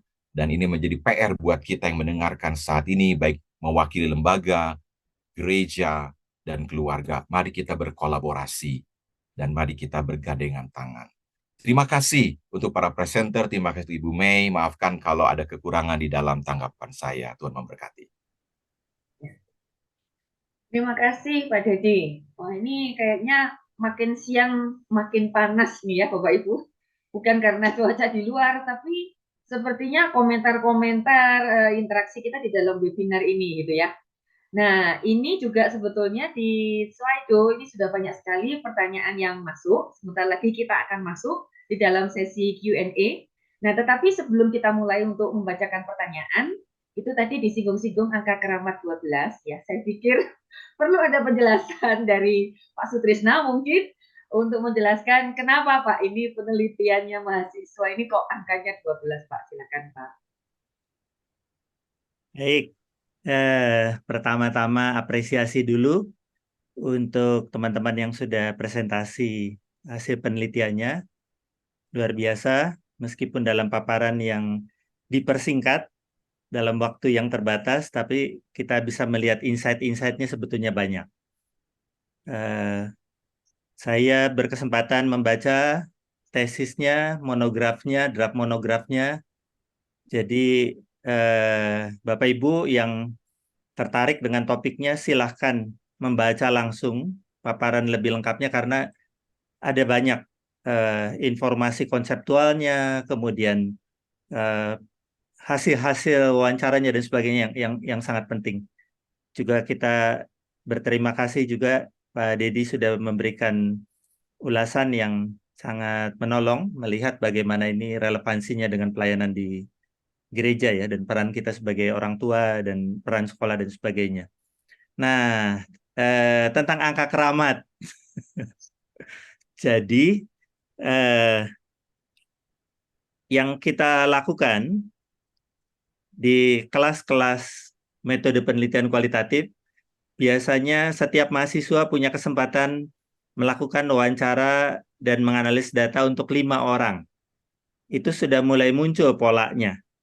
Tapi itu penelitian pendahuluan. Penelitian pendahuluan, belajar sesuatu, tapi itu masih sangat awal. 12-15 jadi patokan untuk tesis master di STTB, MTH maupun MPD, karena dengan angka ini kalau pengumpulan data dan pengolahannya dilakukan dengan baik, maka akan muncul hasil yang cukup ajak untuk menjadi satu hasil penelitian kualitatif. Dan memang beda dengan kuantitatif yang sangat peduli dengan jumlah yang besar. Kualitas dari penelitian kualitatif adalah lebih tertumpu kepada tujuan penelitian, kemudian pengumpulan data, dan pengolahan datanya. Kalau sudah di atas 20, 24 itu sudah bisa jadi disertasi. Jadi standar disertasi kualitatif di berbagai perguruan tinggi di Amerika misalnya, itu di atas 20. 24 ke 30 itu sudah bisa jadi disertasi. Jadi kita lihat bahwa angka 12-15 kalau dikerjakan dengan baik, sudah layak untuk dijadikan hasil penelitian yang bisa punya kredibilitas yang cukup tinggi. Demikian mungkin angka keramatnya. Terima kasih. Terima kasih Pak Sutrisna untuk penjelasan yang baik. Sama-sama. Ya, terima kasih Pak Sutrisna untuk penjelasannya, bukan hanya untuk Pak Dedi, tapi untuk kita semua ya. Nah, baik Bapak Ibu, saya akan segera masuk di dalam Q&A. Saya akan memberikan pertanyaan ini yang pertama kepada Pak Roni. Langsung 2 ya Pak. Karena yang pertama ini jawabnya kayaknya butuh cepat, tetapi yang kedua mungkin lebih panjang. Pertanyaan yang pertama, apakah GKGW dipakai begitu saja atau perlu diadaptasi? Atau sebaiknya membuat kurikulum sendiri yang sesuai dengan konteks gereja masing-masing? Nah, Pak Roni langsung aja ya nih yang kedua, karena ini butuh yang panjang. Pak Roni, bagaimana dengan keluarga-keluarga yang tidak ideal, misalnya broken home, atau ayah ibu berbeda agama atau keyakinan, itu bagaimana dengan perkembangan spiritualitas anaknya, dan kira-kira seperti apa nih solusinya untuk menolong orang tua yang di dalam kondisi tidak ideal seperti ini. Ya kan Pak Roni? Ya, thank you Bu Mei. Mengenai GKGW ya selama ini memang kita pakai GKGW ya, dan prinsip-prinsip di situ pun satu prinsip yang memang bisa diterapkan up to date. Mengenai perubahan, apakah gereja bisa bikin sendiri ya? Kalau gereja kita bisa bikin sendiri ya sangat baik ya kalau bisa membikin. Tetapi kalau saya lihat bahan GKGW ini juga dan sudah diperbaharui juga sebenarnya dan kontekstual dengan kondisi sekarang. Buat kami sih itu masih yang relevan banget dipakai ya. Nah terus bagaimana dengan papa mama yang tidak ideal. Misalnya satu bukan orang percaya gitu kan ya. Ya makanya carilah pasangan yang seimbang kata Tuhan. Karena memang nggak gampang menghidupi satu kebenaran karena kan papa mama ini waktu kita belajar tentang parenting kan mereka yang benar-benar punya nilai-nilai kebenaran yang harus dihidupi bersama ya. Kalau salah satu berbeda ya memang nggak mudah gitu. Nah, jadi ya memang pasti ada sesuatu yang kurang dalam hal tersebut. Tetapi ya bergantung juga ya, kalau misalnya salah satu orang tuanya dipercaya untuk membimbing sesuai dengan nilai Kristiani, ya itu juga sesuatu yang bisa menolong anak juga bertumbuh gitu. Tetapi memang nggak mudahnya seperti itu kalau dua-duanya itu salah satunya tidak di dalam Tuhan gitu. Nah, di dalam GKGW pun, di dalam parenting pun kita sulit banget gitu kalau salah satunya tidak di dalam Tuhan. Kita tuh sepertinya tidak menganjurkan untuk ikut karena itu akan berentok banget gitu. Ya, seperti itu sih, Bu Mei. Ya, ini untuk yang kedua buat Bu Isyen ya. Pertanyaannya yang pertama begini, Bu, apa dasar teori yang digunakan untuk memahami keterkaitan antara peran keluarga, gereja, dan sekolah? Dasar teorinya apa? Lalu yang kedua, dari penelitian yang dilakukan itu, sejauh mana peran sekolah Kristen dan gereja untuk anak-anak yang dibesarkan di keluarga non-Kristen? Silakan Bu, yang dasar teori lebih dulu mungkin. Makasih Bu Mei. Jadi dasar teori itu memang ada di buku yang nanti di monograf itu ya. Karena sebetulnya banyak sekali pembuktian-pembuktian, baik teori yang tentang sekolah maupun tentang gereja, yang saya tuliskan sehingga akhirnya menjadi sebuah bagan di dalam penelitian yang saya lakukan. Apakah teori-teori yang mereka paparkan adalah teori yang mendukung atau justru yang kita anggap kayaknya kurang tepat untuk komunitas orang Indonesia. Karena beberapa penulis memang bukan berasal dari dalam negeri gitu ya. Orang luar itu memiliki budaya, memiliki cara mendidik anak dari kecil itu yang berbeda dengan kita. Salah satu yang paling mudah, di mereka itu sulit sekali untuk mencari pembantu. Di kita amat mudah untuk mencari pembantu. Sehingga kalau kita melihat dasar-dasar teori, kita mesti melihat juga penulisnya dari negara mana.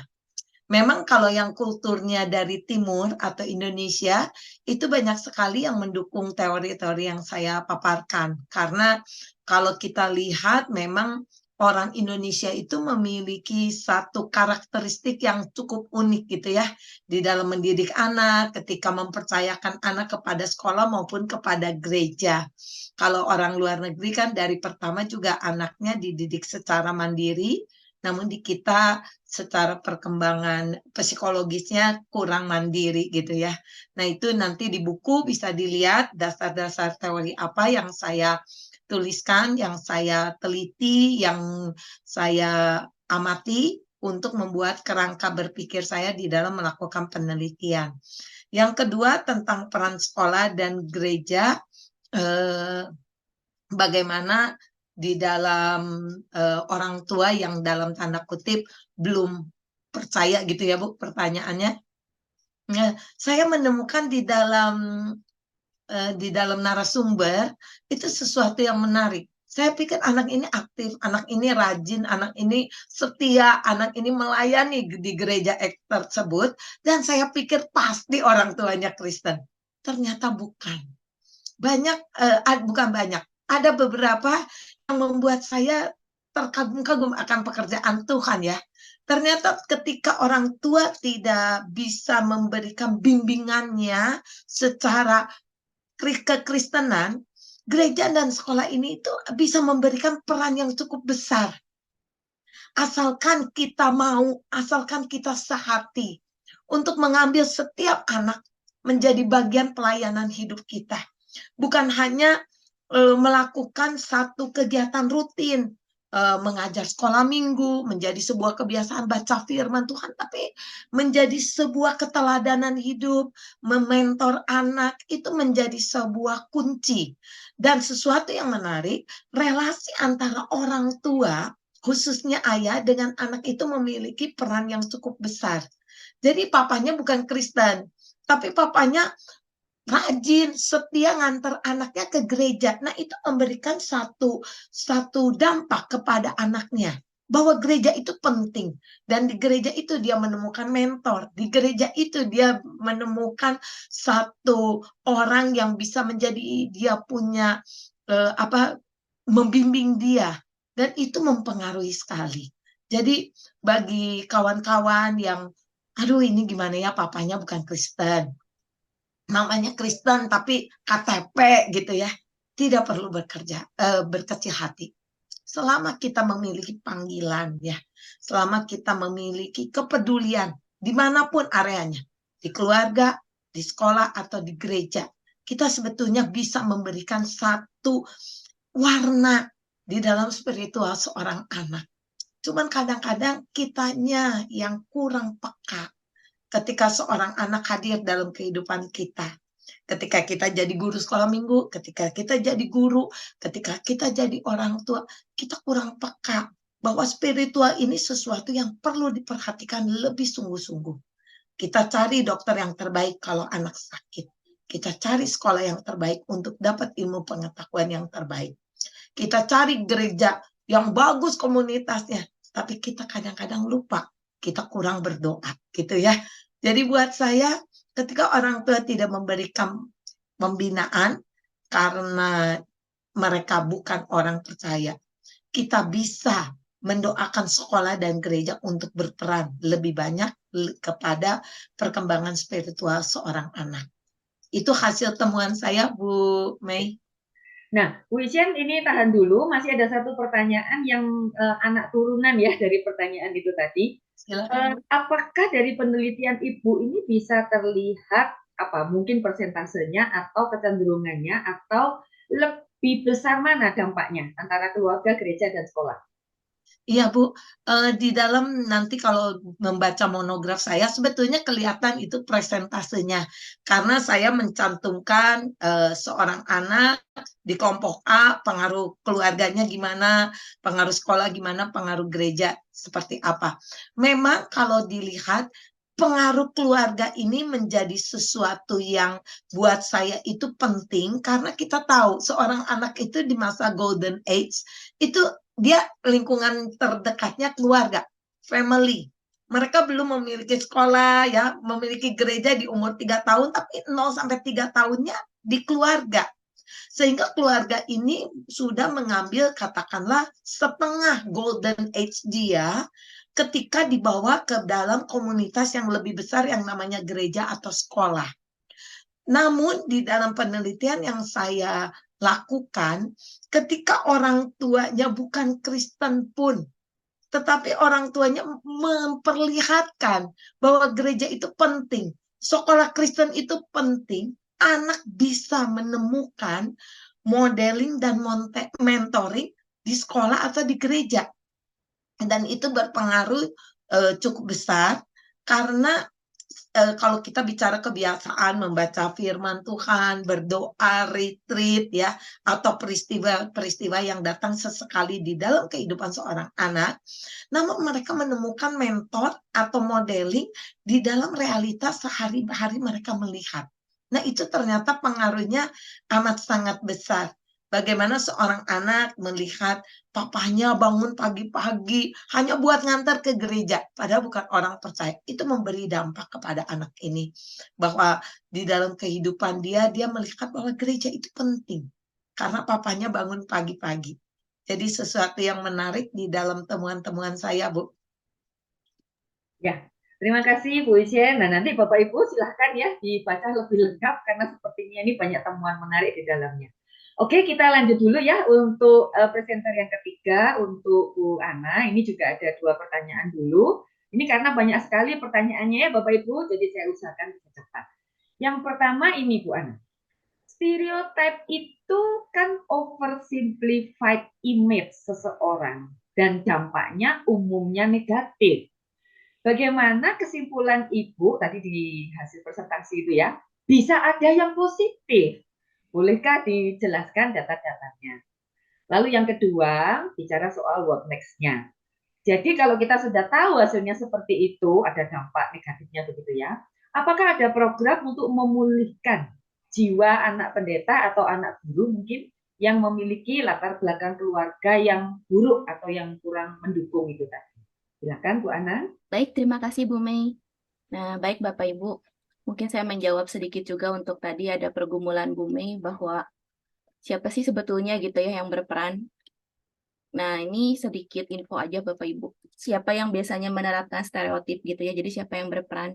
Nah, kemudian tadi kalau kita bilang, betul, stereotip itu pada awalnya, zaman dulu banget nih Bapak Ibu, 50-an ke bawah, stereotip itu kan hanya anggapan dasar gitu, bahwa dari karakteristik sifat yang sama, ada suatu anggapan, itulah stereotip. Tapi makin ke sini, sejak munculnya ada jurnal dan penelitian-penelitian tertentu, stereotip itu makin diarahkan pada sesuatu yang negatif gitu, prasangka yang tidak baiklah, judgment gitu.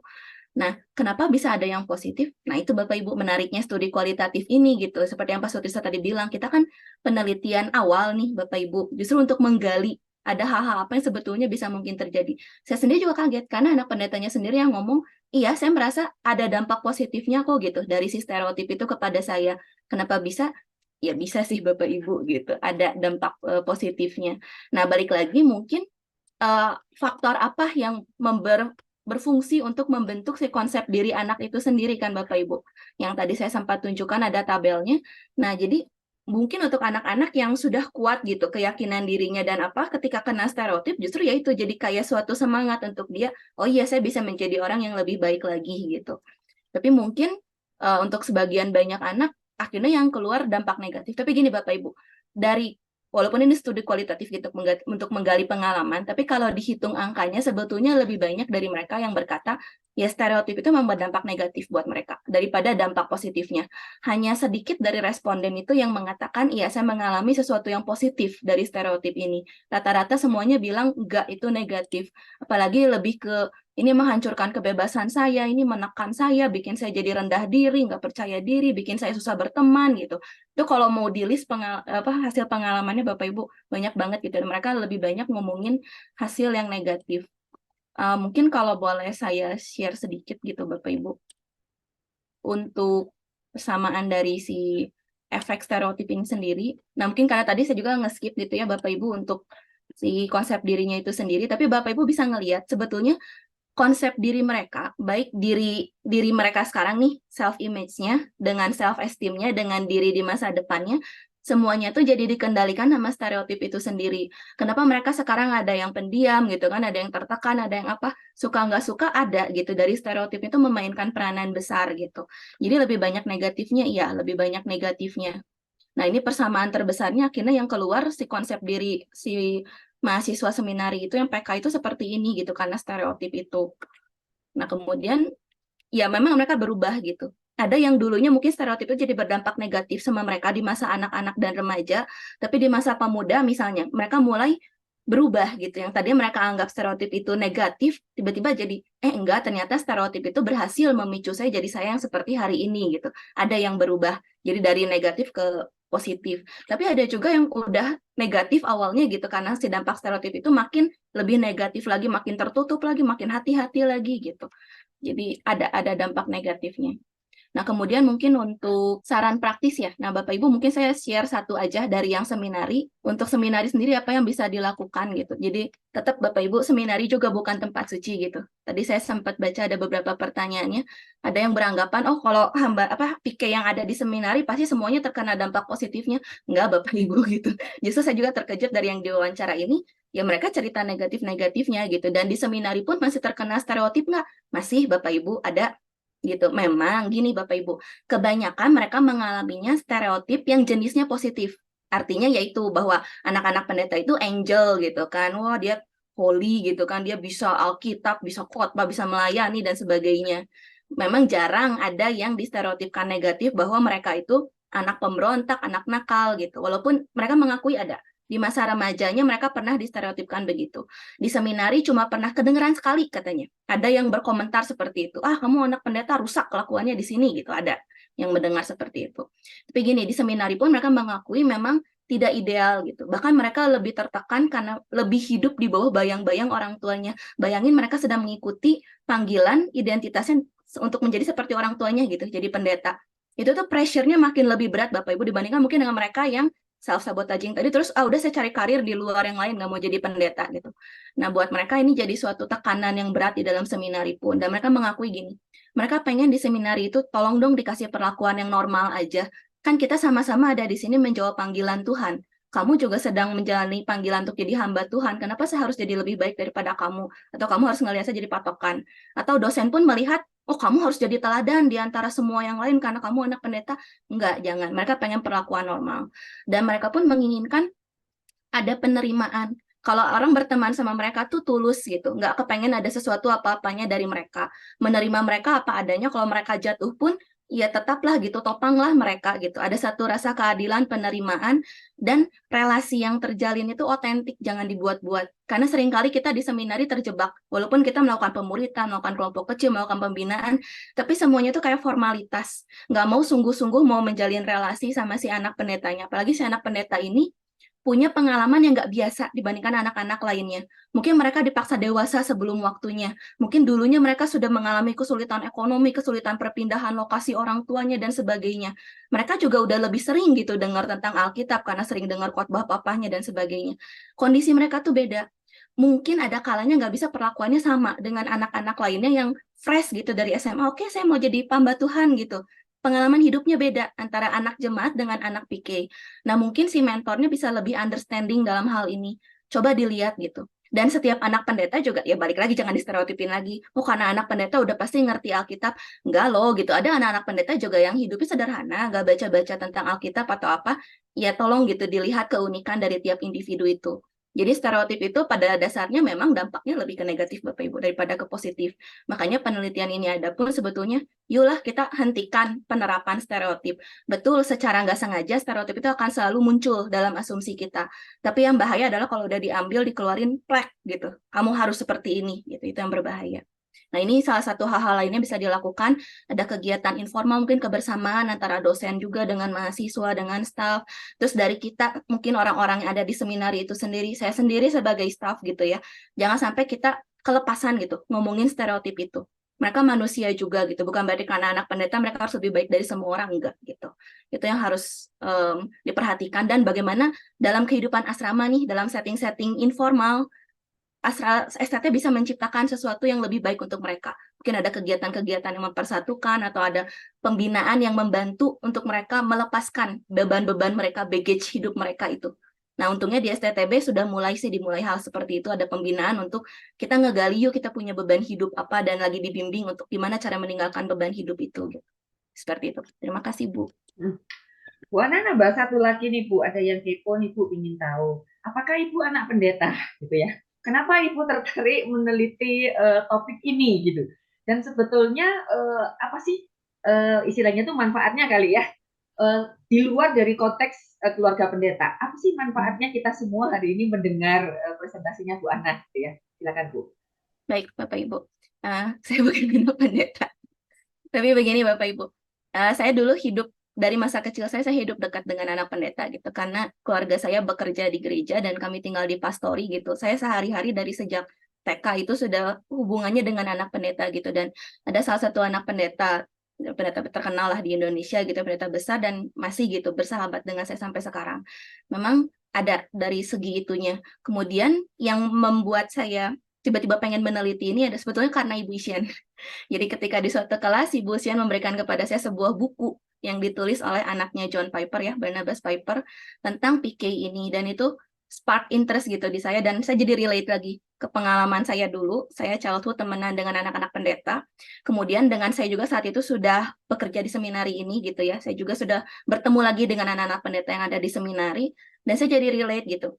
Kenapa dulu waktu saya berteman dengan mereka, walaupun mereka sorry gitu ya, perilakunya mungkin memenuhi yang stereotip negatif gitu. Tapi ada alasannya memang, karena mereka kekurangan kasih dan sebagainya gitu. Dengan pengalaman saya ketika saya sudah jadi staff gitu di seminari, saya jadi ngerasa, kok saya sendiri ya yang nerapin si stereotipnya. Saya juga suka mikir gitu, kenapa ya anak pendeta kok gini ya gitu. Nah jadi mulailah dari serentetan hasil-hasil itu memicu saya untuk, nah ini topik yang sebetulnya bagus loh untuk diangkat. Apalagi waktu mencari referensi dan sebagainya, jarang ada yang bahas di Indonesia gitu. Rata-rata yang bahas itu dari Amerika, dari Eropa gitu, jarang yang ada di Indonesia. Nah, manfaatnya apa buat kita sebagai orang umum? Satu, dengan bercermin gitu sama kehidupan anak pendeta itu sendiri, sebetulnya saya sih jadi merasa banyak diberkati Tuhan untuk mencari identitas saya sendiri juga gitu. Jadi kita semua belajar sama-sama bahwa yuk kita sama-sama umat Tuhan di sini. Kita sama-sama seharusnya mencari identitas kita kepada Tuhan gitu. Dan kita memperlakukan sesama manusia pun dengan standarnya Tuhan, di mana kita komunitas Kristen itu seperti keluarga umat Tuhan yang seharusnya sama-sama saling membangun, bukan mengharapkan kamu dong satu orang ngelit gitu, aku ya bergantung sama kamu aja, pokoknya kamu yang harus membangunkan aku, menumbuhkan aku, nggak bisa gitu. Tetap kita sumbernya dari Tuhan dan kita pun relate dengan sesama manusia. Itu fungsi paling utama gitu yang bisa kita pelajari dari pengalaman anak pendeta. Kedua, ketiganya banyak. Karena kita melihat dari pengalaman anak pendeta itu sendiri, siapa sih sebenarnya yang berfungsi, yang berperan membantu mereka menemukan identitas mereka. Nah, akhirnya di sini kita bisa belajar, oh ternyata gereja juga punya peran gitu. Bahkan jemaat sendiri pun punya peran untuk membentuk pribadi si anak pendeta itu. Keluarga apalagi ya, jangan ditanya dengan apalagi penjelasan tadi Pak Roni, Ci Isien, ini sangat terbukti semua dalam penelitian yang anak pendeta ini pun mereka semua mengakui keluarga itu nomor satu. Orang tua nomor satu terutama, bukan keluarga aja, keluarga besar. Nah, kemudian dari sekolah sendiri ada perannya ada gitu, dari gereja ada gitu, dari yang lain-lain juga ada.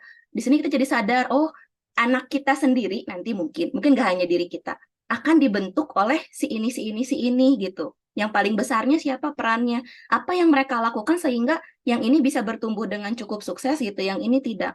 Jadi manfaatnya banyak Bu gitu. Yang diharapkan yang pertama sudah pasti yuk berhenti gitu nerapin stereotipnya, kita belajar untuk yang nggak menghakimi orang lain lah ya. Semua manusia sama-sama kita masih manusia yang tidak sempurna, manusia yang sudah jatuh dalam dosa dan masih punya gitu natur dosa itu. Masa kita mau mengharapkan ya akhirnya kita menyembah orang kan, menyembah pendetanya bahwa pendetanya yang harus perfect, dia patokan saya, keluarganya harus perfect patokan saya, nggak bisa gitu. Jadi balikin yuk kerohanian kita dari diri kita sendiri lagi gitu, dan justru kita harus berempati gitu sama keluarga pendeta yang sibuk itu, yang punya masalahnya banyak gitu. Yuk kita bantu mereka juga gitu. Kalau kita bisa ikut perhatikan anak pendeta, mengenal mereka gitu.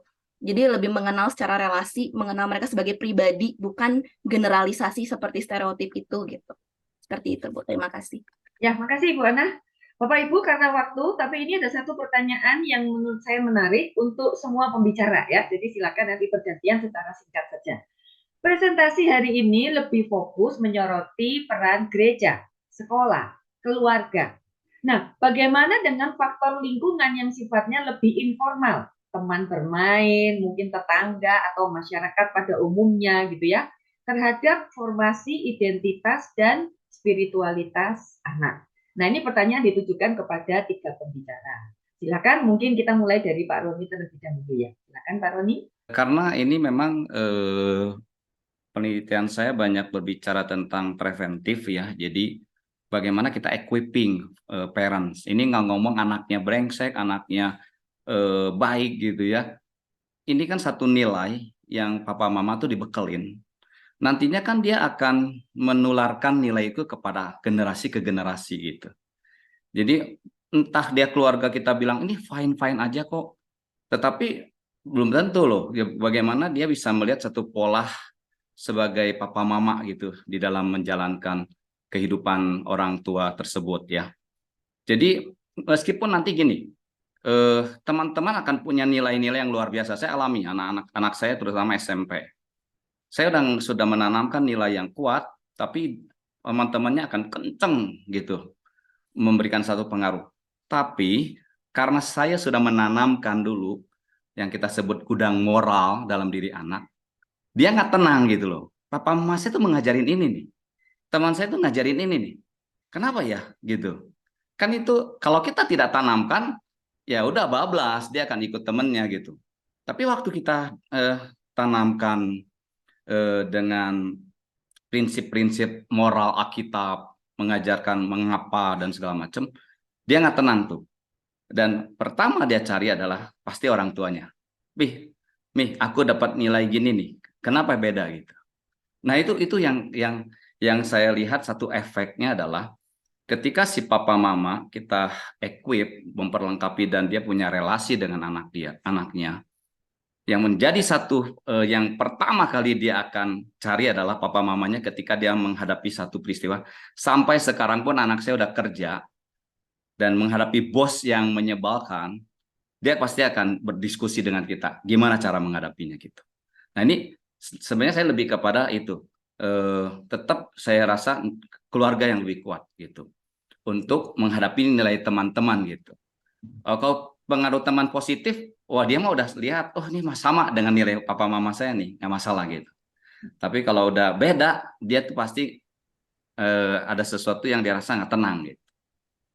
Ya, jadi itu Bu Mei yang bisa saya sampaikan. Terima kasih. Baik, terima kasih Pak Roni.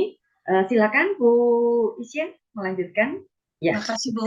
Sebetulnya di dalam penelitian yang saya lakukan, gereja itu ada juga para church. Jadi salah satu narasumber saya, dia menerima bimbingan dan mentoring itu di bangku SMA dan di bangku kuliah. Dan gerejanya itu bukan dalam bentuk bangunan, namun para church. Kita tahu ya, cukup banyak organisasi-organisasi Kristen yang sekarang aktif untuk mementoring, untuk menolong para anak muda supaya mereka memiliki perkembangan spiritual yang baik. Namun tadi pertanyaannya kenapa nggak menyoroti anak RT gitu ya dan masyarakat. Saya teringat sebuah ayat yang ada di dalam Roma 12 ayat 1 dan 2 ya, di mana Tuhan memerintahkan kita untuk tidak serupa dengan dunia ini, tetapi berubahlah oleh pembaharuan budimu. Penelitian saya mengatakan faktor-faktor yang mempengaruhi perkembangan spiritual anak. Tentu di dalam penelitian yang saya lakukan, saya menginginkan sebuah hasil yang positif yang bisa memberikan dampak untuk kita semua, membuka mata hati kita semua apa yang bisa kita lakukan. Orang-orang di luar yang tadi saya sebutkan mungkin memberikan dampak, pengaruh. Namun pengaruh itu mungkin bukan pengaruh seperti yang firman Tuhan inginkan. Pengaruh yang lebih ke arah duniawi gitu. Saya berharap 3 faktor ini, sekolah, gereja, atau para church dan keluarga, itu bisa menjadi satu fondasi, menjadi benteng di mana menolong perkembangan spiritual seorang anak, sehingga pengaruh dari luar, sekarang apalagi dengan sosial media yang makin canggih gitu ya, anak-anak tetap bisa memiliki perkembangan spiritual yang baik, yang bisa merubah mereka tidak serupa dengan dunia ini, tetapi mereka setia di dalam kebenaran firman Tuhan, mencintai Tuhan dengan sepenuh hati, segenap jiwa, segenap kekuatan. Begitu Bu Mei. Ya, terima kasih Bu Isyen. Yang terakhir silakan Bu Ana. Ya, baik Bu. Jadi kenapa tadi tidak dibahas? Sebetulnya kalau dari penelitian yang stereotip, Bapak Ibu ada berpengaruh gitu dari teman mainnya, dari rekan kerja orang tuanya juga gitu, dari hal-hal lain yang mungkin tidak ada di lingkungan keluarga, sekolah, dan gereja itu sendiri. Berpengaruh, ya berpengaruh, tapi seberapa besar mungkin sama dengan yang tadi Pak Roni udah bilang. Karena orang akan selalu melihat pertama kali itu dari hubungan dia dengan keluarganya gitu. Jadi kalau dari keluarganya sudah ada penerimaan yang kuat, walaupun dia di lingkungannya ditolak, di lingkungan mainnya gitu dan sebagainya dengan orang-orang yang bukan Kristen juga gitu. Karena banyak yang bersekolah di negeri juga untuk responden ini, mereka nggak masalah gitu karena tetap keluarganya adalah akarnya dulu. Kalau ada pengaruhnya, ada Bapak Ibu, termasuk dalam masalah stereotip ini, salah satu yang bikin stereotip berpengaruh sama konsep diri itu kan bagaimana perbandingan dia terhadap in-grupnya, sesama grup IK-nya dengan out-grupnya. Nah, ketika pergaulan si anak ini dilepas gitu sama orang tuanya, dia boleh bergaul sama orang-orang di luar anak pendeta, akhirnya dia tidak terlalu dipengaruhi sama stereotipnya gitu. Jadi kita bisa bilang, betul, bagus juga gitu, ada lingkungan pertemanan yang di luar seperti ini gitu. Cuman tetap balik lagi, faktor yang paling besar yang akan menentukan nomor satu tetap keluarga dulu gitu. Kalau mau diurutin, yang mempengaruhi itu dari keluarganya dulu.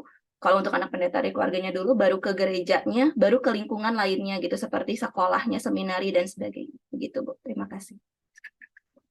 Ya, terima kasih Bu Ana. Nah, Bapak Ibu, terima kasih banyak untuk partisipasi serta interaksinya. Kita harus mengakhiri sesi Q&A. Dan sebagai penutup, saya akan memberikan kesempatan kepada masing-masing presenter untuk memberikan closing statement-nya. Dimulai dengan presenter pertama ya, Pak Roni silakan. Ya Bu Mei, saya cuma mau mengutip Mark Hoffman aja ya, seorang hamba Tuhan yang mulai disadarkan bahwa bagaimana gereja dipanggil untuk menjadi rekan seumur hidup, ya seumur hidup dengan orang tua, untuk membantu orang-orang untuk mengenal kasih Allah, menceritakan kisah Allah, dan menjadi kisah Allah 24 jam sehari, 7 hari seminggu, dan itu semua dimulai dari rumah.